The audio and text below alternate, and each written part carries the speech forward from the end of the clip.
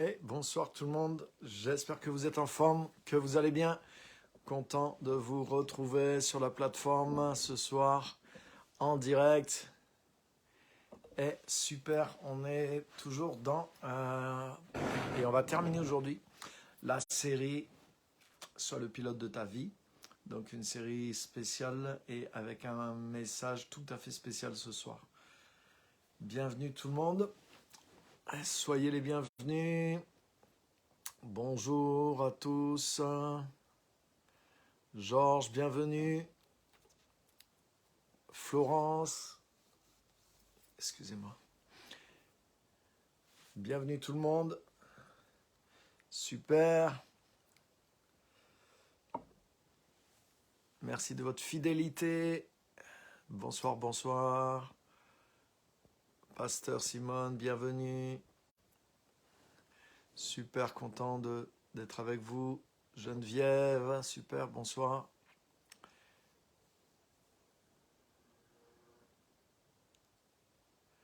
Chantal, bienvenue. Krishna, bonsoir, bienvenue aussi. Super, merci à tous d'être là et tous ceux qui arrivent. Donc aujourd'hui, on va continuer et normalement, on va terminer sur cette série qui était une bonne série sur le pilote de ta vie qui nous engage aussi dans l'appel. Christiane aussi, bienvenue. Et on va terminer avec un thème vraiment particulier. Vous allez voir, ça va vous plaire. Ce soir, Marie-Claude aussi, bienvenue. N'hésitez pas à partager aussi tant que vous êtes en direct. Comme ça invite les gens aussi sur votre page. Ils voient qu'il y a un direct qui est en train de se passer sur votre page et ils peuvent nous rejoindre. Voilà, comme ça, ceux qui sont connectés au de but, des fois, et ça peut les sur le direct. Donc, n'hésitez pas à le partager. Bienvenue à tous. Et on va commencer.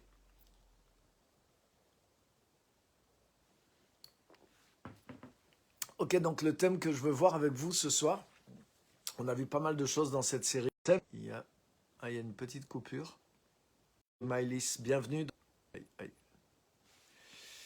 Aïe, j'ai des coupures là.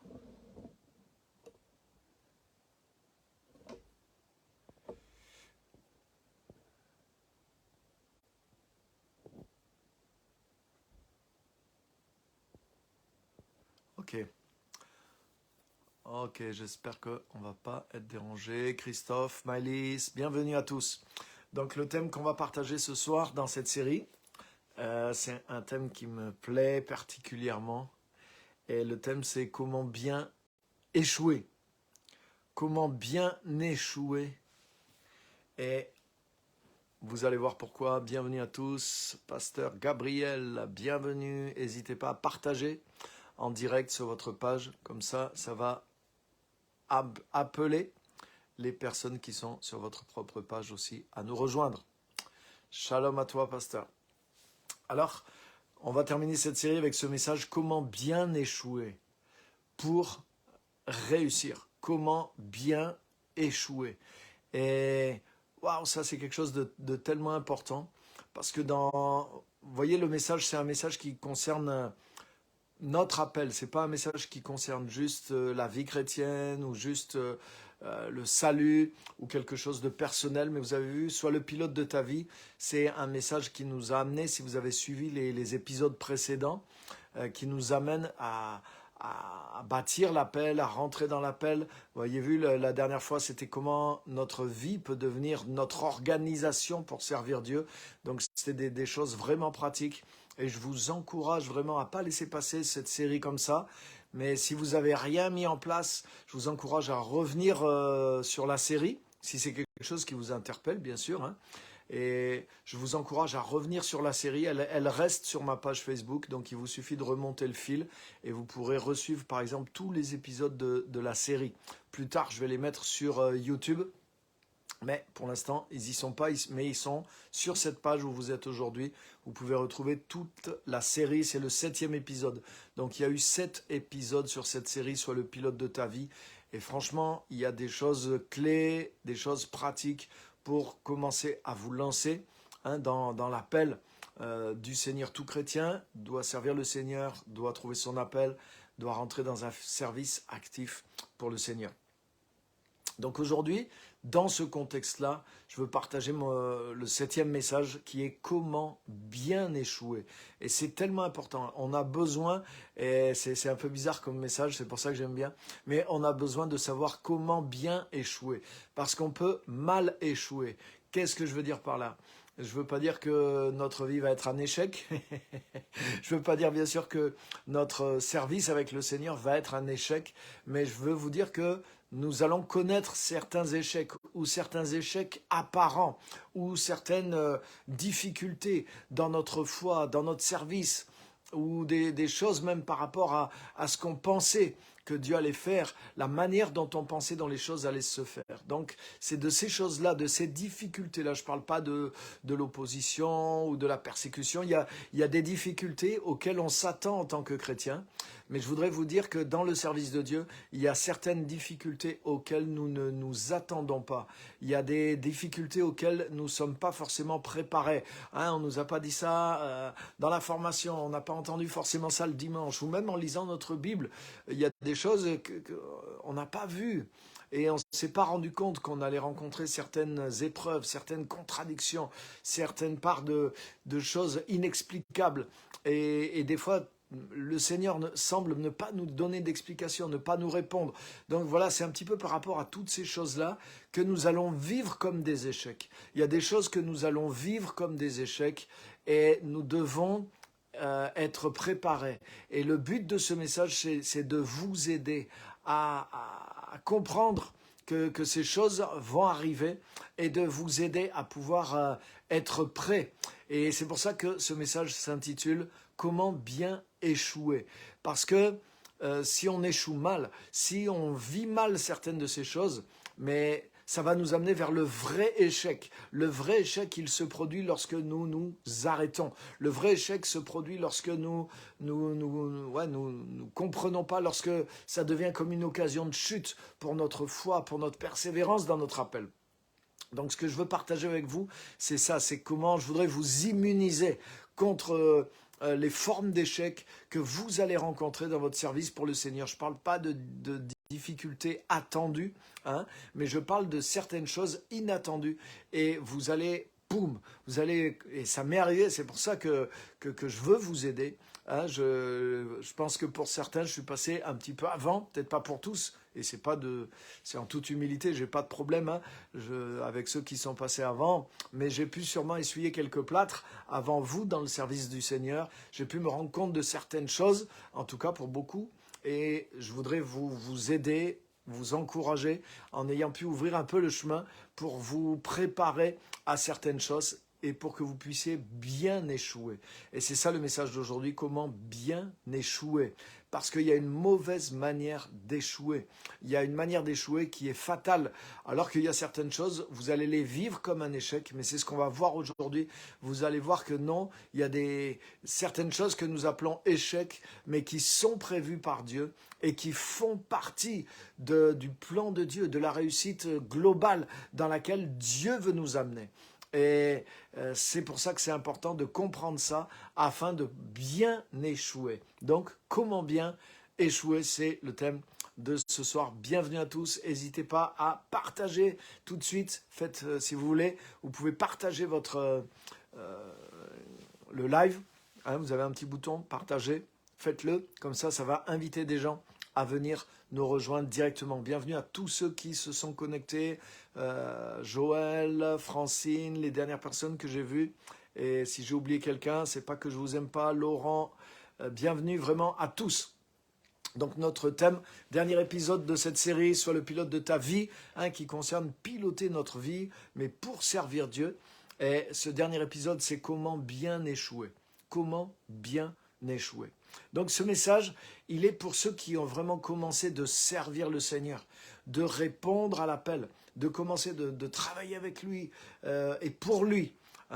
Et c'est pour vous ce message-là. Donc si vous avez suivi la série et que vous avez appliqué déjà des choses, peut-être déjà c'est déjà dans votre vie, et gloire à Dieu, ou vous commencez d'appliquer ces choses avec votre vie.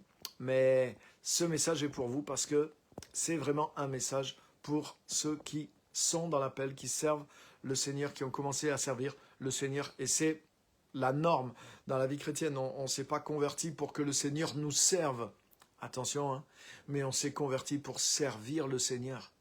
Et c'est vrai que le Seigneur nous sert. C'est vrai que le Seigneur nous guérit, le Seigneur nous bénit, le Seigneur nous conduit. Mais attention, le but, c'est pas nous qui sommes au centre et Dieu qui est autour de nous, mais c'est Dieu qui est au centre. Et c'est nous qui sommes autour de lui. Notre conversion a eu pour but de remettre Christ sur le trône de notre vie.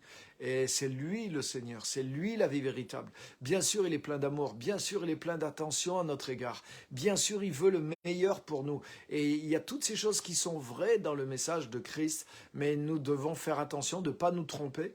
C'est pas nous qui sommes au centre et c'est pas Jésus qui devient notre serviteur. Mais c'est l'inverse. C'est lui qui est le Seigneur, c'est lui qui est au centre, et c'est nous qui devenons les serviteurs du Seigneur. Mais c'est dans cette position, justement, qu'on va trouver notre propre bien-être et notre plénitude. Cherchez d'abord le royaume de Dieu et sa justice, et toutes les choses que le monde peut rechercher, mais elles vous seront données par-dessus. Donc, comme quelqu'un l'a dit, tu peux pas... Quand Dieu est premier dans ta vie, si tu fais passer Dieu en premier, tu ne passeras pas en dernier non plus. Parce que Dieu nous aime, Dieu est bon. Et puis, la vraie récompense, ce n'est pas ce que Dieu va faire pour nous parce qu'on le sert. La vraie récompense, c'est de servir le Seigneur et de trouver notre joie dans ce service de Dieu. Bien sûr, tout ça, c'est parce que notre cœur est transformé au fur et à mesure qu'on connaît le Seigneur et on trouve notre joie dans le Seigneur, dans sa présence, dans son service aussi. Et c'est extraordinaire. Donc, ce message, il est dans ce cadre-là. Comment bien échouer dans ce projet de vie qui est servir le Seigneur. Donc la première chose que je voudrais vous dire, après cette introduction,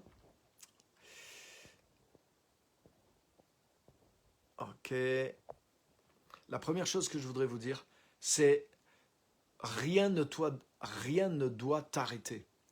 Pour pouvoir bien échouer, il faut que tu aies mis à l'intérieur de toi un service inconditionnel. C'est-à-dire, je ne sers pas Dieu pour ce que ça va me rapporter. Je ne sers même pas Dieu pour... bien sûr, je veux avoir des résultats et je vais avoir des résultats, on en parlera. Mais je ne sers pas Dieu uniquement par rapport aux résultats que je vais avoir dans mon service pour le Seigneur. Même si c'est très important. Non, j'ai une forme de service qui doit être inconditionnelle. Dieu m'appelle à le servir. Amen. Seigneur, je vais te servir parce que c'est ta volonté. C'est ce que tu me demandes de faire. Bien sûr, je veux progresser, je veux m'améliorer dans ce service, je veux être meilleur, je veux porter plus de fruits. Et franchement, j'ai plein d'outils pour tout ça, j'ai plein de messages pour tout ça et je veux vous aider dans tout ça. Mais malgré tout ça, malgré notre capacité à porter du fruit, malgré les promesses de Dieu, malgré tout ce qui est vrai dans tout ça, mais il y a une partie aussi, justement, où des fois c'est difficile, des fois on n'arrive pas. Et c'est pour ça que c'est important d'avoir cet espace aussi où nous savons comment réagir quand ça ne marche pas. Comment bien échouer. C'est ça le titre de ce message. Donc la première des choses dont tu as besoin d'une persévérance à toute épreuve. Et il y a plusieurs passages dans la Bible qui parlent de ça, qui nous parlent d'être persévérant. Hein. Par la persévérance, vous sauverez vos âmes. Ne nous lassons pas de faire le bien, hein, parce que nous moissonnerons au temps convenable. Hein, persévérez, parce que votre travail ne sera pas vain dans le Seigneur. Donc nous ne devons pas nous arrêter. Nous devons comprendre que puisque Dieu nous a appelés, puisque le Seigneur nous appelle à son œuvre, mais c'est quelque chose qui doit devenir inconditionnel, comme la foi en Christ, comme notre attachement à Christ. Il n'est pas conditionnel. Et ça, c'est une qualité qui est tellement importante. C'est-à-dire que je voudrais vous montrer quelque chose rapidement aussi, qui est dans ce point-là. C'est quelque chose par rapport à la grâce du Seigneur Jésus-Christ. Qu'est-ce que c'est la grâce?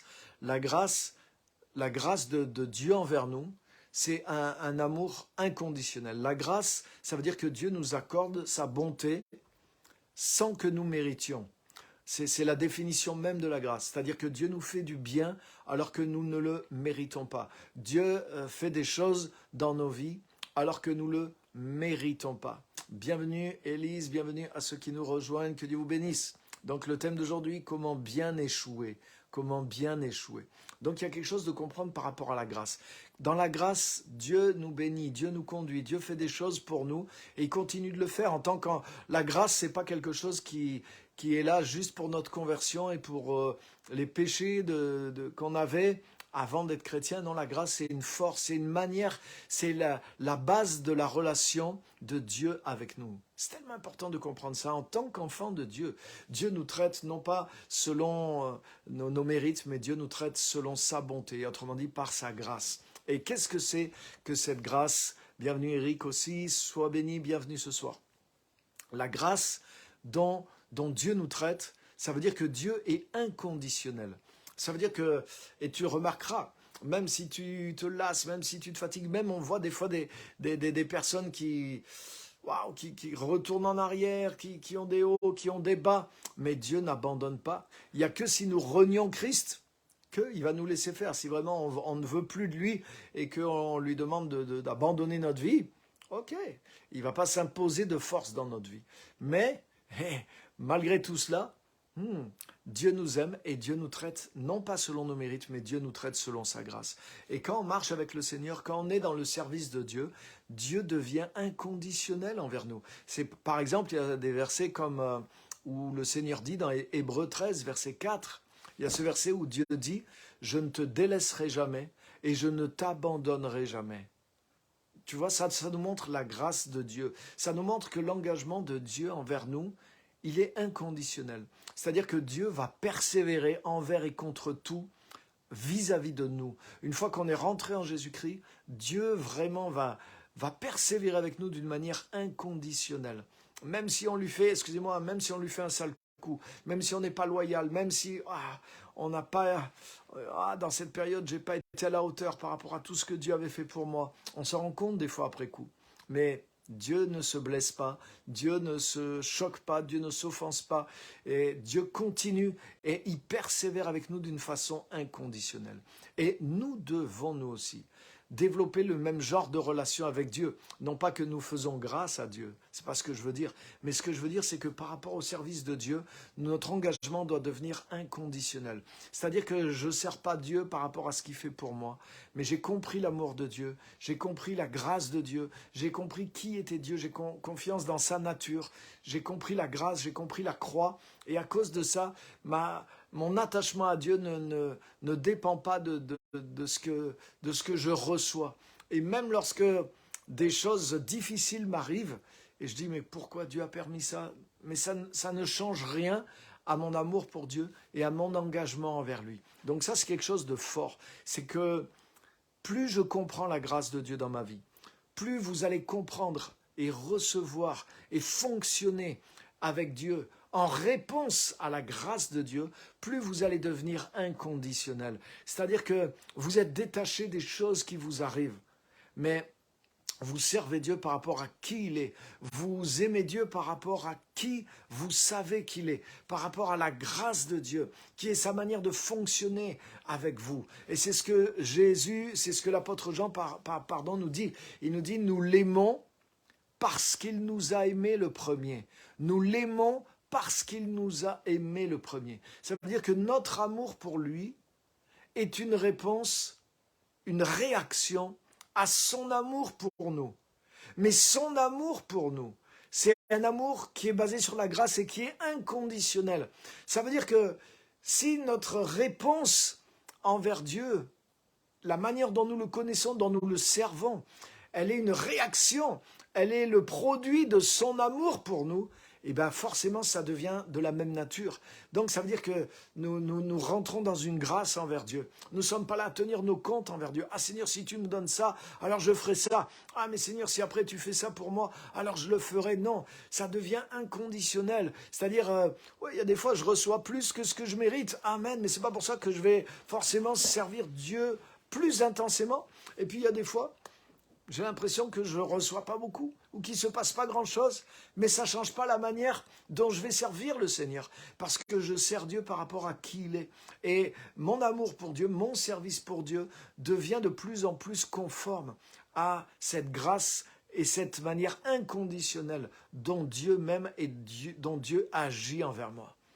Vous voyez, est-ce que vous comprenez ça? Le plus vous comprenez la grâce de Dieu, le plus ça devient votre nature. Et c'est ça le miracle de l'Évangile. C'est qu'il nous transforme en cette nature qu'il a envers nous. Et c'est la grâce. C'est une manière inconditionnelle envers nous. Et c'est ce qui fait que nous-mêmes, nous persévérons dans notre service. C'est ce qui fait que nous aussi, nous persévérons envers les gens. C'est ce qui fait aussi que, malgré des fois les faiblesses, malgré l'abandon, malgré la trahison, malgré toutes sortes de choses, mais on passe par-dessus beaucoup de choses. Pourquoi? Parce qu'on comprend la manière dont on réagit, c'est la manière dont Dieu agit envers nous.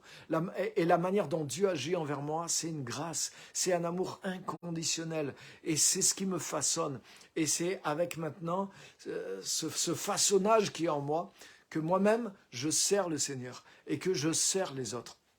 Donc, vous voyez, il y a quelque chose du Seigneur qui déteint sur moi et qui me transforme à son image. Et quand je deviens comme ça, quand il y a cette grâce qui devient ma nature, mais je deviens persévérant parce que je suis inconditionnel. Je ne le fais pas par rapport à ça, par rapport à une récompense, pas par rapport au résultat même.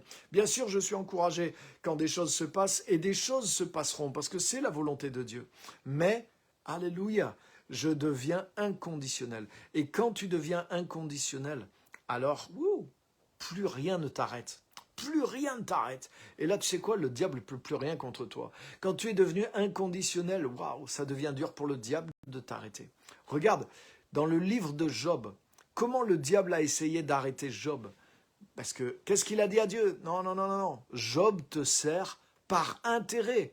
Parce que regarde, tu l'as béni, tu lui donnes ceci, tu lui donnes cela, il est prospère, il a plein d'enfants, il a la santé, tout le monde l'aime, il est reconnu, il a la reconnaissance, c'est un leader dans sa ville, c'est un sage, il a un public, il a une audience, il est respecté, il est valorisé, il est protégé spirituellement, il est béni matériellement, mais touche à ce que tu lui as donné et il te maudira en face. Donc tu vois, le diable est en train de dire à Dieu, Job n'est pas inconditionnel.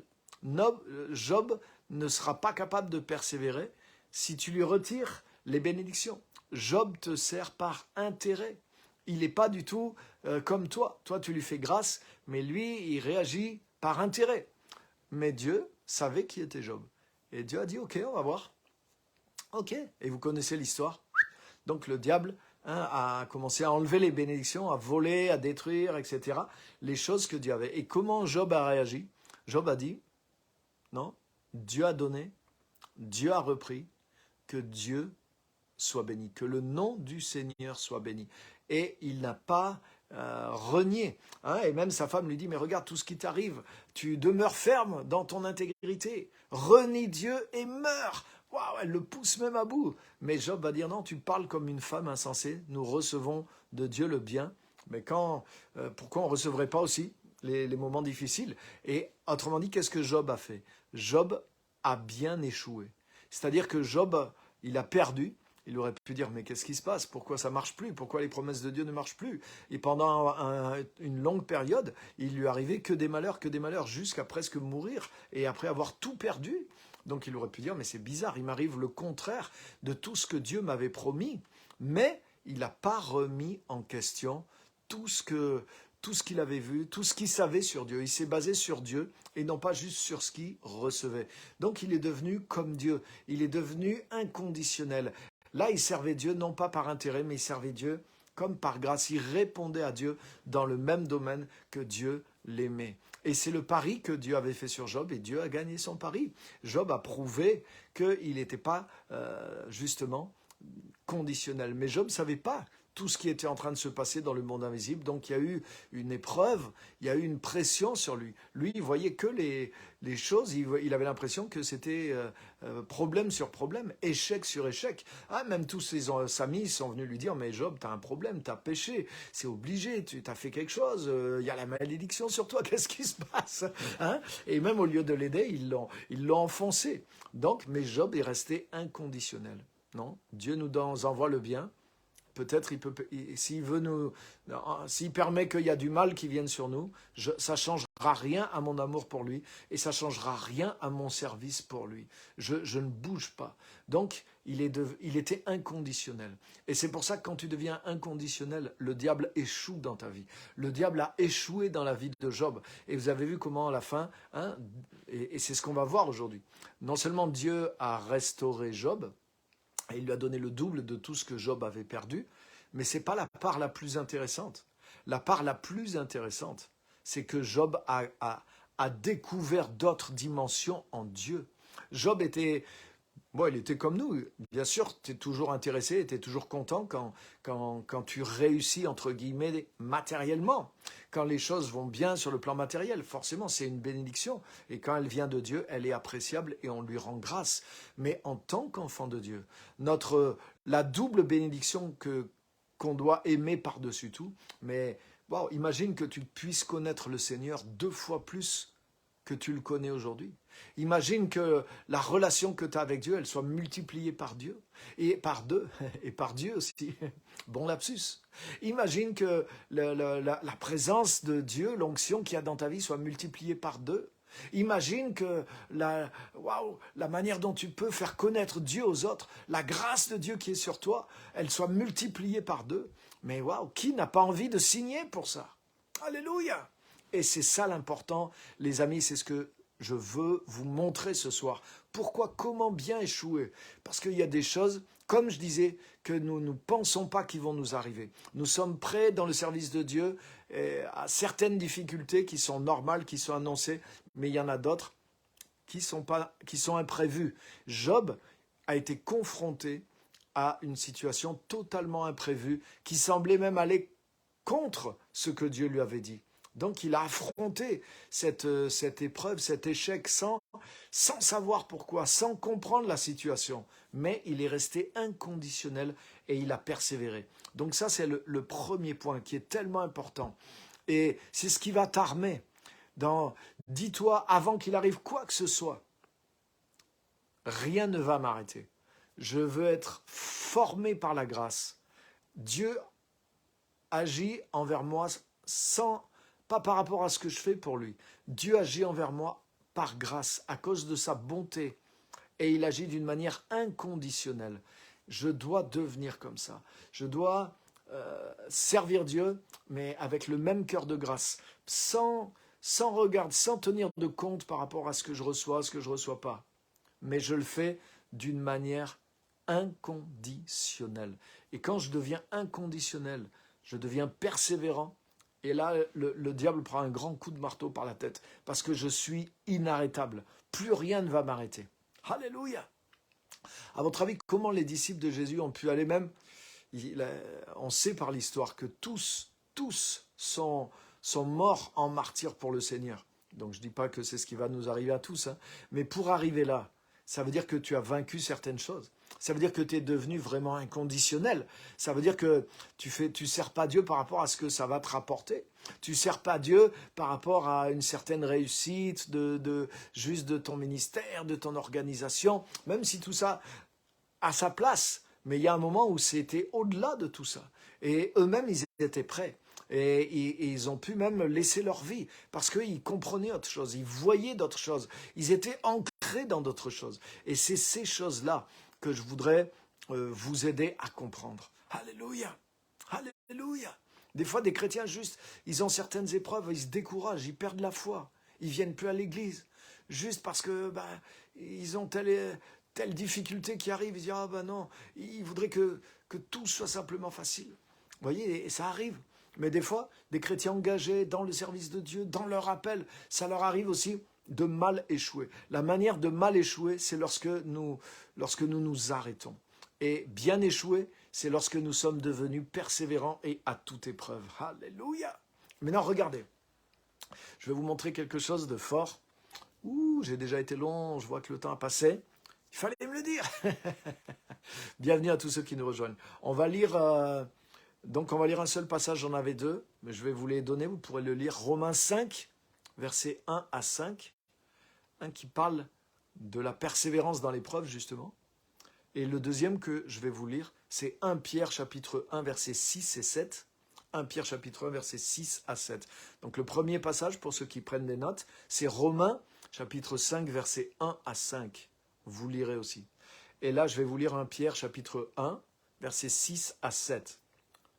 Il est dit ceci, « C'est ce qui fait votre joie, même si maintenant, puisqu'il le faut, vous êtes pour un peu de temps attristés par diverses épreuves. Ainsi, la valeur éprouvée de votre foi, beaucoup plus précieuse que l'or qui est périssable et que l'on soumet pourtant à l'épreuve du feu, aura pour résultat la louange, la gloire et l'honneur lorsque Jésus-Christ apparaîtra. » Et une chose que j'ai remarqué, il y a aussi Jacques qui parle de la patience dans l'épreuve, que la patience doit accomplir une œuvre parfaite. C'est Jacques chapitre 1, versets 3 à 4. Les trois textes que je viens citer, Jacques, Romains 5 et 1 Pierre 1, ces trois textes, ils parlent de la même chose. Ils disent que justement quand on rencontre cette épreuve, il y a quelque chose qui est produit dans notre caractère. C'est-à-dire il y a la persévérance dans l'épreuve, bien échoué. C'est-à-dire, lorsque l'épreuve est là, lorsqu'on a l'impression que ça ne marche pas, lorsqu'on a l'impression qu'il nous arrive le contraire de ce que Dieu nous a promis, dans notre appel, dans notre service, dans notre vie parfois, et qu'on persévère malgré tout à rester dans la foi, à rester dans la louange, à rester dans l'adoration, comme David, psaume 34, verset 6, « Je bénirai l'Éternel en tout temps, sa louange sera toujours dans ma bouche. » Autrement dit, gardez la persévérance que Dieu attend de nous, vous savez c'est quoi? C'est garder dans l'épreuve la même attitude que tu as quand tout va bien. Ouh, c'est dur ça, hein? Oui. Mais c'est ça la constance, c'est ça la persévérance, c'est ça agir avec la grâce, c'est ça agir de façon inconditionnelle, en tout cas s'en rapprocher. Je ne veux pas nous donner quelque chose, oh, on va dire c'est trop dur, j'y arriverai pas, j'essaye pas. Non, vous devez plus qu'essayer, vous devez travailler ça. Et vous savez quoi les amis? Quand il nous arrive des difficultés, quand on n'a pas le fruit qu'on attend dans notre travail, quand on n'a pas les promesses de Dieu qui semblent toutes s'accomplir comme on le pensait à tel ou tel niveau, et que c'est décourageant. Mais lorsque nous persévérons, lorsque nous gardons dans l'épreuve une attitude de foi, une attitude de joie, une attitude de louange, une attitude de reconnaissance à Dieu, lorsque le niveau de notre service ne baisse pas, lorsque nous n'abandonnons pas, lorsque nous continuons de le faire avec foi, avec le Saint-Esprit, etc. Mais vous savez qu'est-ce qui se passe? Il se passe que notre caractère se développe, il se passe que notre force se développe. Alléluia! Je vais vous dire quelque chose, les amis. Le caractère chrétien se développe par la résistance. Le caractère chrétien se développe pas quand tout va bien, mais il se développe quand il y a une force adverse, exactement comme la force physique. Il y a Eric qui est là ce soir. Il pourrait vous enseigner bien mieux que moi, lui qui est un champion sportif, mais il pourrait vous dire comment ton corps se développe. En augmentant la résistance, plus tu résistes à des poids, plus tu augmentes comment tu deviens un champion, comment ta stature physique se développe. Tu augmentes la résistance. Quand tu fais du développé couché, mais si tu commences à 20 kilos, mais si tu montes à 30, si tu montes à 60, si tu montes à 80, si tu montes à 100, progressivement, mais tu augmentes ta stature.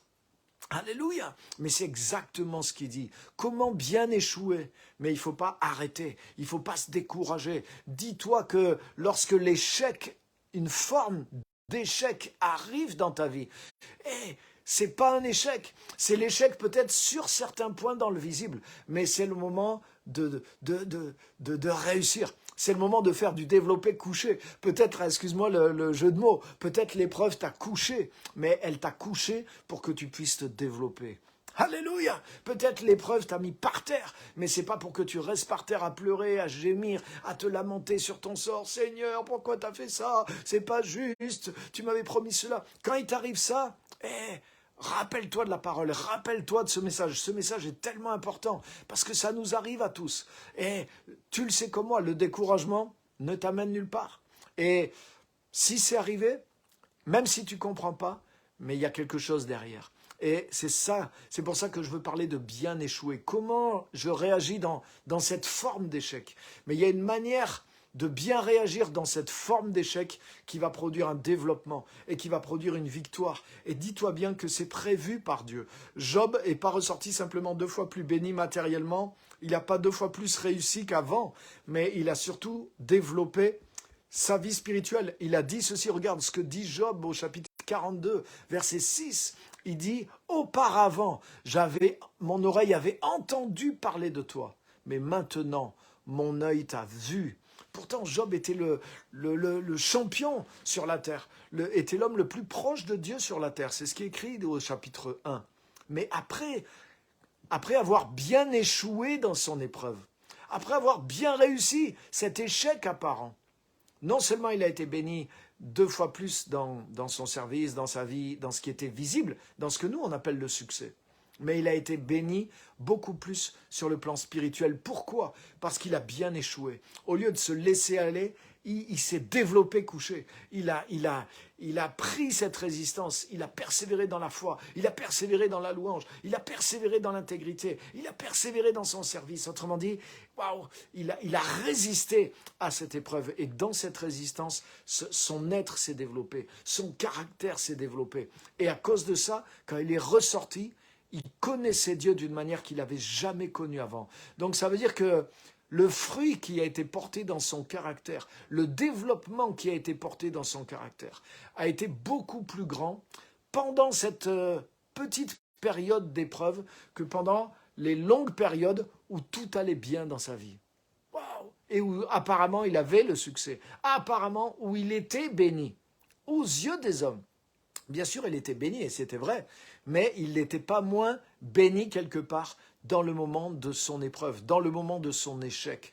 Et c'est pour ça qu'il y a une manière de bien échouer, c'est-à-dire de rester persévérant, de rester inconditionnel et de maintenir la meilleure attitude possible pendant le moment où rien ne semble aller comme il le faut. Parce que dans cette résistance que tu vas opérer, dans cette foi, il s'est développé couché. Ah, c'est sorti comme ça. Merci. Et ça nous aide à nous en rappeler. Mais il s'est développé dans ce moment-là d'épreuve.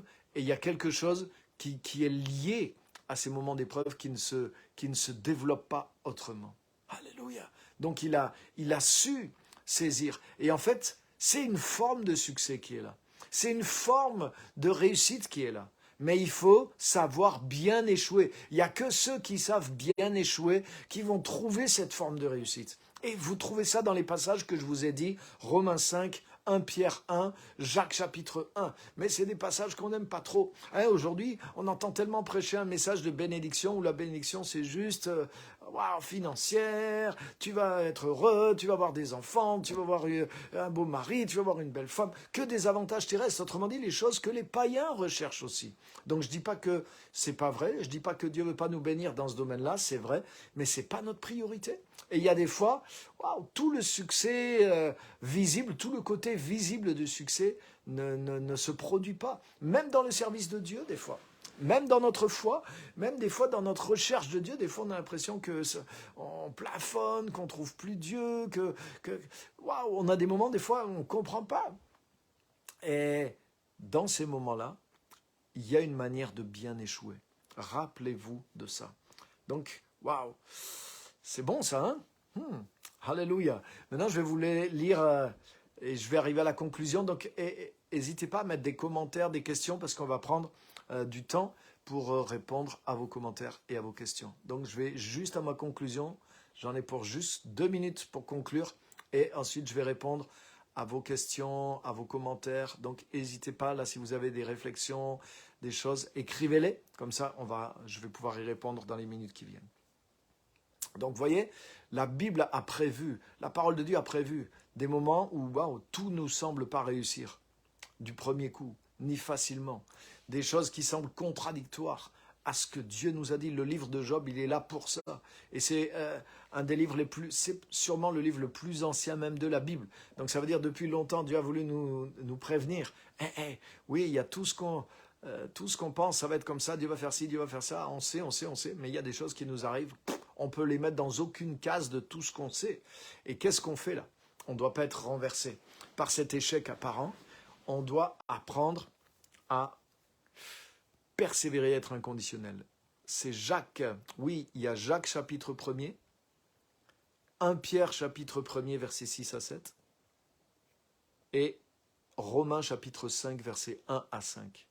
Ces trois passages-là qui parlent du développement de notre caractère dans l'épreuve, comme Job. C'est-à-dire que si on échoue bien, on va ressortir transformé et on va ressortir avec une perception des choses invisibles, un développement de notre stature spirituelle qu'on n'aura pas eu pendant que tout allait bien. C'est dans la parole. Waouh! Donc, lorsque tu persévères dans ton appel d'une façon inconditionnelle, ton potentiel va se développer. C'est ce qui se passe. Et ça, c'est tellement précieux. Tellement précieux. Regardez, je vais vous lire un autre passage dans Proverbes chapitre 13, le verset 11. Et je vais vous lire en français courant. Proverbe 13, 11, en français courant. Très très bien. C'est vrai dans les choses de la terre, mais vous allez voir, ça s'applique bien à ce message aussi. Il est dit ceci: la richesse trop vite acquise disparaît vite. Celle qu'on amasse petit à petit ne cesse de grandir. C'est tellement vrai. Nous les Auvergnats, on connaît ça. Ça, c'est un proverbe auvergnat.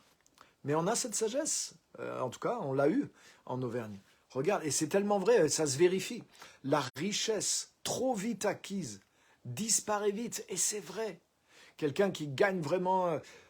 voilà, ça veut dire qu'il y a quelque chose qui s'est pas fait dans l'apprentissage, dans la douleur, dans les difficultés, qui n'a pas produit de sagesse. C'est-à-dire que la richesse acquise trop vite, elle n'a pas produit le développement de la personne. Et c'est à cause de ça que tout peut disparaître aussi vite. Finalement, c'est comme un coup de chance. C'est comme un coup de chance. Et du coup, il n'y a pas de sagesse pour retenir ou pour reproduire à nouveau cette richesse. Et vous l'avez vérifié. Mais par contre, la richesse qu'on amasse petit à petit ne cesse de grandir. Pourquoi? Parce que celui qui avance petit à petit, mais waouh, il a essuyé des galères, il a perdu, il a échoué, il a réussi, il a rééchoué, il a bien échoué.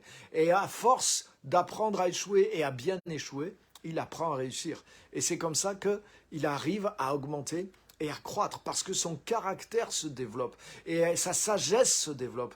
Et c'est comme ça que, exactement, c'est un apprentissage. Et c'est ce qui fait que la richesse qu'il a, au lieu de la perdre, elle grandit petit à petit. Mais c'est vrai dans notre appel, c'est vrai dans notre vie spirituelle aussi. Donc pour conclure, je voudrais vous dire ceci. Dans votre appel, on l'a vu dans les choses précédentes, il y a une part de foi. La foi est très importante. Donc les promesses de Dieu, la foi, c'est quelque chose qui nous fait avancer. Mais il y a aussi une part de mystère et une part d'épreuve. C'est-à-dire que tout n'arrive pas toujours comme nous avons pensé, ni même comme nous avons cru. Donc il y a une part de mystère. Il y a des fois des choses, waouh, j'avais compris que Dieu m'avait dit ça, mais ça ne se passe pas comme prévu. Tu as vu quand Dieu a appelé Abraham, waouh, il a dit, voilà, tu vas avoir un fils, tu vas avoir de nombreux descendants. Waouh, Abraham, il imaginait tout plein de choses et Dieu lui avait vraiment parlé. Mais au bout de pas mal d'années, au bout de 13 ans, il n'y avait toujours rien. Alors ils ont magouillé avec sa femme au travers de Hagar. Et il a dit, bon, Dieu va bénir Ismaël. Mais ce n'était pas l'idée de Dieu. Donc tu vois, les choses ne se sont pas passées comme il pensait. Et vous voyez, Dieu, la parole de Dieu est la vérité. Mais notre manière de comprendre la promesse de Dieu n'est pas toujours conforme à ce que Dieu a prévu. C'est pour ça qu'il y a des moments de mystère. Il y a des moments d'épreuve par rapport même à notre foi. Donc il y a une part de foi qui est nécessaire dans notre appel, mais il y a une part de mystère aussi que nous devons envisager et dans laquelle notre réponse, c'est de persévérer parce que c'est là que notre caractère va se développer. Alléluia! Il y a une part de résultat aussi. Dieu nous appelle, mais Dieu ne nous appelle pas pour qu'on ait aucun résultat. Il y a une part de résultat. Mais il y a des fois aussi où c'est compliqué par rapport à tout ça aussi. Donc là aussi, c'est ce que j'ai vu aujourd'hui. Il y a une manière de bien échouer pour pouvoir ensuite bien réussir. Alléluia. Et il y a une part, par contre, il y a toujours une part de croissance spirituelle. Si tu sais bien échouer, même si tu n'as pas de croissance dans certains domaines, mais on l'a vu, il y aura une croissance de ton caractère. Et je voudrais vous dire, pour terminer, dans Jean 15, on n'a pas le temps de le lire, mais vous connaissez Jean 15, le cep et les sarments, et versets 5 à 8, Jésus dit, sans moi, vous ne pouvez rien faire. Mais celui qui demeure en moi et en qui je demeure portera beaucoup de fruits. Ça veut dire que plus tu grandis spirituellement, c'est obligé que tu porteras plus de fruits.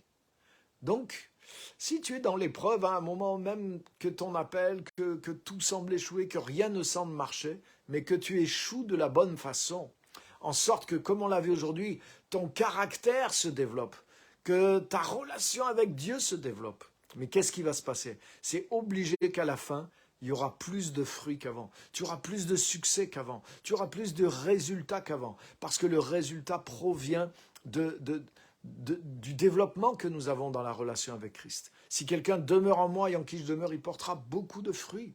Alléluia.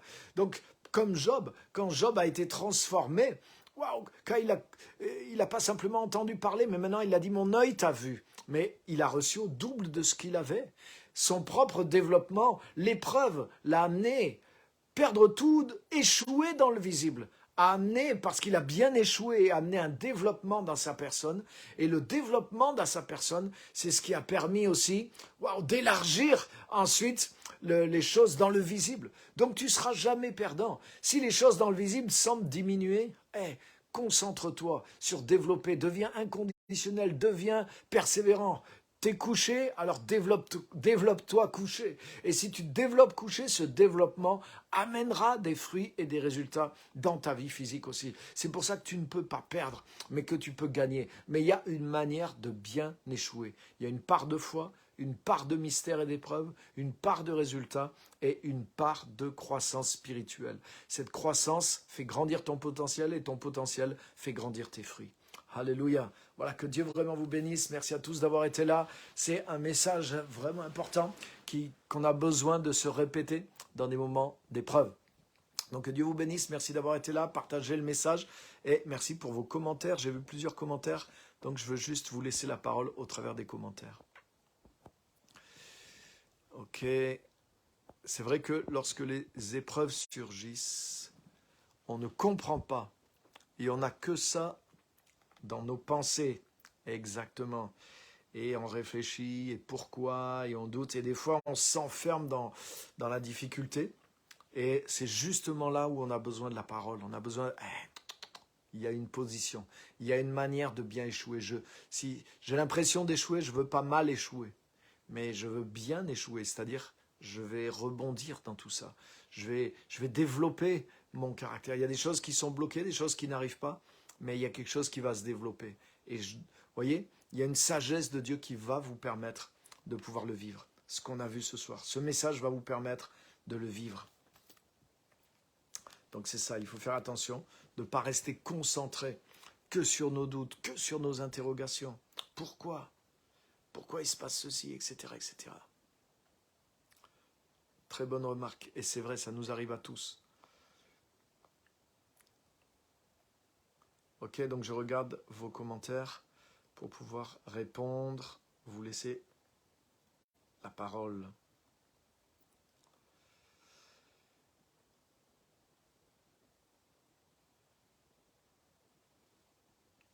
Mais quand on prend la décision de laisser Dieu agir, on est mieux. Exactement.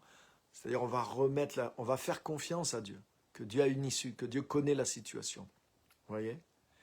Et la clé de ce soir, c'est vraiment, je vais profiter quelque part de cette épreuve.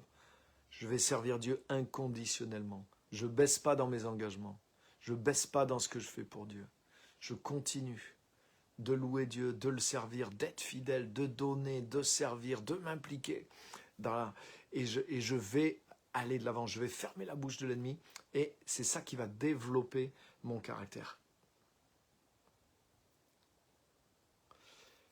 Une part de ne pas douter en celui à qui on croit, quoi qu'il arrive. Exactement. Hein, la persévérance dans le moment d'épreuve, waouh! Mais c'est la foi. La foi nous amène à la persévérance. Tu as vu Pierre, le passage qu'on a lu, il parle de la foi. La foi qui est comme l'or, plus précieuse que l'or. Et pourtant, l'or est éprouvé par le feu.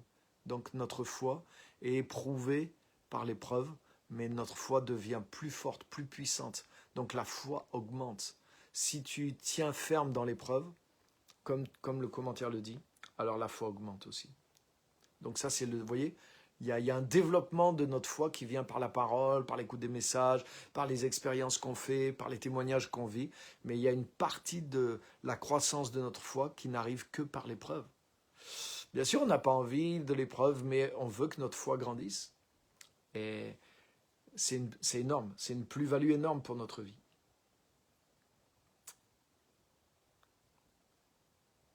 En faisant confiance à Dieu, nous serons toujours vainqueurs. Amen. Amen, amen. De rester dans la foi et de tenir ferme. C'était vrai avant de connaître Christ, mais c'est encore plus vrai depuis que je connais Christ. Amen. Les voies de Dieu ne sont pas les nôtres. Exactement, exactement. Même si on connaît la parole, même si on connaît des choses sur Dieu, mais il y a un moment où ça ne se passe pas comme prévu. Les voies de Dieu ne sont pas les nôtres. Donc là, il y a une manière de bien échouer. C'est ce qu'on a vu ce soir. Dieu permet parfois que la vie des croyants soit éprouvée afin de tester la sincérité de notre foi. Exactement. Et puis des fois, comme pour Job, de tester, mais aussi des fois de dépouiller notre foi de l'illusion, de l'immaturité, de l'intérêt personnel. Mais vous voyez, mais ça veut dire que je développe cet esprit de grâce. C'est-à-dire je réponds à Dieu, comme je disais dans le message, avec la grâce, d'une façon inconditionnelle. Ça forme en moi l'esprit de Christ. L'esprit de Christ, c'est un esprit de grâce. C'est une manière d'être inconditionnel envers Dieu, envers les autres. Alléluia. Wow, c'est énorme. Ok, super. Donc merci à tous pour vos commentaires. Merci à tous d'avoir été là. Je vous encourage de partager le message. N'hésitez pas à rajouter un commentaire. C'est encore le moment avant que je rende l'antenne. Merci à tous d'avoir été là. En tout cas, c'était un plaisir. Et c'était le dernier message de cette série. Donc la semaine prochaine, il y aura une nouvelle série. Voilà, vous aurez la surprise jeudi prochain à 18h30. Mais sur la série qu'on vient de finir, sur le pilote de ta vie, tous les messages sont sur la page Facebook. Et ils seront aussi sur la page YouTube bientôt. YouTube, page Pierre-Emmanuel Jean, vous allez trouver, il y a plusieurs, il y a plus de 200 messages au moins qui sont classés par playlist, par thème. Donc là, j'ai du retard, j'ai besoin de quelqu'un qui m'aide pour convertir les vidéos Facebook en YouTube. Ça demande une bonne connexion et un petit peu de temps. C'est pour ça que je suis en retard, parce que moi-même, je n'ai pas le temps de m'en occuper en ce moment. Mais ensuite, tous les vidéos sont classées là-bas. Mais sur la page ici, Facebook, vous pouvez reprendre toute la série, les 7 épisodes, et l'utiliser vraiment pour construire votre vie dans une certaine façon. Donc merci à tous d'avoir été là. Que Dieu vous bénisse et à bientôt pour de nouvelles aventures. Amen. Je regarde. Ok. Ça marche. À bientôt. Bye bye. Merci à tous.